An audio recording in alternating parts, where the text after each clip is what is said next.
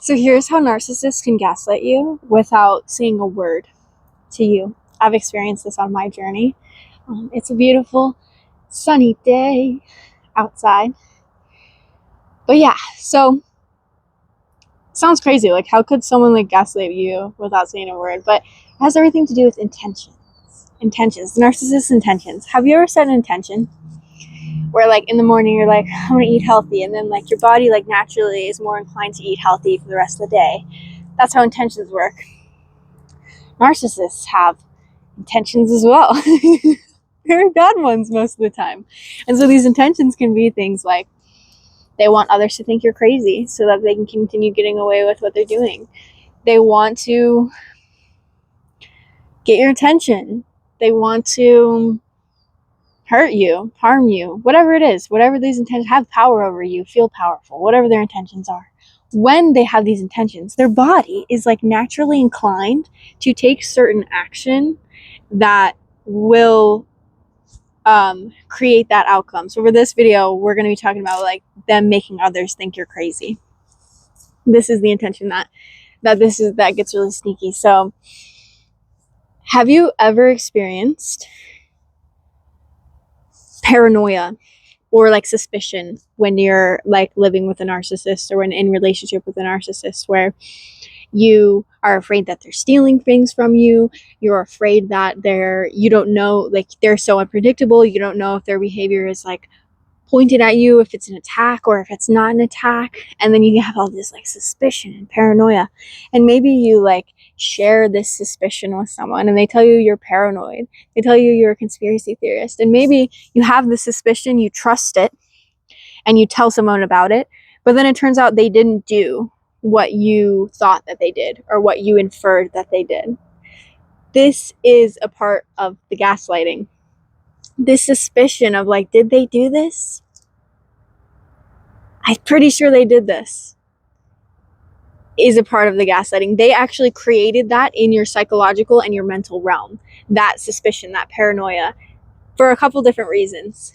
They need to be the center of attention, especially if you're pretty good at protecting yourself from narcissists. This is one of their main tactics. They start to get in your mental realms and make you look crazy to others and to yourself, because then you might think like you have anxiety, you're paranoid, you need to get treated. You don't need to get treated when you're dealing with this type of suspicion and paranoia, because it's literally being caused by the narcissist in your life. You need to get the narcissist out of your life. And it's easier said than done. But I'll talk more on this channel, like how do you protect yourself. But if you've ever experienced this, let me know in the comments. But there's let me give you an example. Like the narcissists, their chain of actions will kind of work so perfectly to create these suspicions inside your mind. Maybe harmless, innocent actions that they take, that they don't even really consciously know that they're taking them for this in alignment with this intention, but they are, because these are their intentions, create this kind of like anxiety and suspicion and paranoia in you. And narcissists seek to isolate their victims. And what this means is that they need everyone around you to think you're crazy, to think that there's like something wrong with you, that you're mental ill. And most often, the people who surround themselves with narcissists have very little knowledge about manipulation, don't really know much about narcissistic abuse. They have probably horrible relationships with themselves. They have a lot of trauma, so they don't see through the narcissist. They make excuses for narcissists. They don't give themselves grace, therefore they don't give you grace. So they're going to judge you when you deserve grace. You always deserve grace, especially when you're dealing with narcissistic abuse. But so then you have all these like suspicions, right? And it's like, does this mean that it's wrong to trust yourself? Like, have you ever experienced this where you like, I'm going to explain this, like when we're protecting ourselves from narcissists, one of the skills that you must develop is the skill to be able to take evidence. There's a skill to be able to take evidence,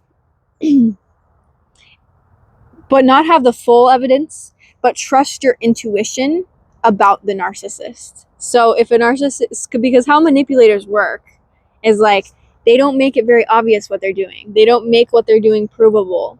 completely, but you have to take what is provable and trust your intuition. But then what happens is sometimes our intuition is coming up with these things that like they didn't actually do. So then you seem suspicious and paranoid and anxious and you look bad. And especially if you accuse them of it, then they'll gaslight you with words. But if you like tell it to other people, they'll think you're crazy and think you're paranoid and think you're suspicious and all those things. But when they are saying these things to you, or when they're creating this like wave in your mind, it's not actually you that is the problem. You'll notice like when you get this narcissist out of your life, like all that goes away, because it's also a product of like just being like in the presence of someone who is deeply unstable and deeply unsafe. Like, yeah, of course you're gonna be a little bit paranoid, of course you're gonna be a little bit anxious. Like, yeah, I mean, that's the and here's the thing too, is like if your reactions are to like be anxious and accuse people of things, like, girl, boy, that is not a bad thing at all. Like, there are way worse things that people do in reaction to narcissists, and if that's you, you're doing amazing. But yeah, I've noticed this so let's talk about self-trust, because when you trust yourself and you trust these things that aren't true, that didn't happen, was it wrong then to trust yourself, even though if you were just paranoid and you were just suspicious? Was it wrong to trust yourself? It actually wasn't, because what was actually happening was that they did do something to you. They did create that, but they didn't do what you think they did. They created the thoughts that made you think they did something. Does that make sense? It's a part of the abuse. Like, abuse is not just like physical. Like, abuse is not just what they say and their actions. It's how their actions compound to affect your mind and change the way you think and keep all your attention on them. Because that's the thing too. Narcissists are attention seeking. They're so greedy, but they're greedy into their bottomless pit, dark heart that never has enough. They're so greedy for your emotional energy, for your attention. So they do things that make sure that you don't stop thinking about them, that make sure that you're always suspicious of them, you're always afraid of them. They have to be the center of attention, because without everyone's attention, right, they're nothing, right? They're nothing. Then maybe they'd have to change. Maybe they'd have to be alone with themselves. And so yeah, I hope this video is helpful for you on a spiritual level.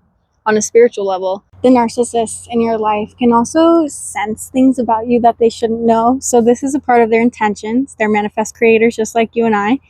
So their intentions allow them to do things that get through your weaknesses, because that's their intention.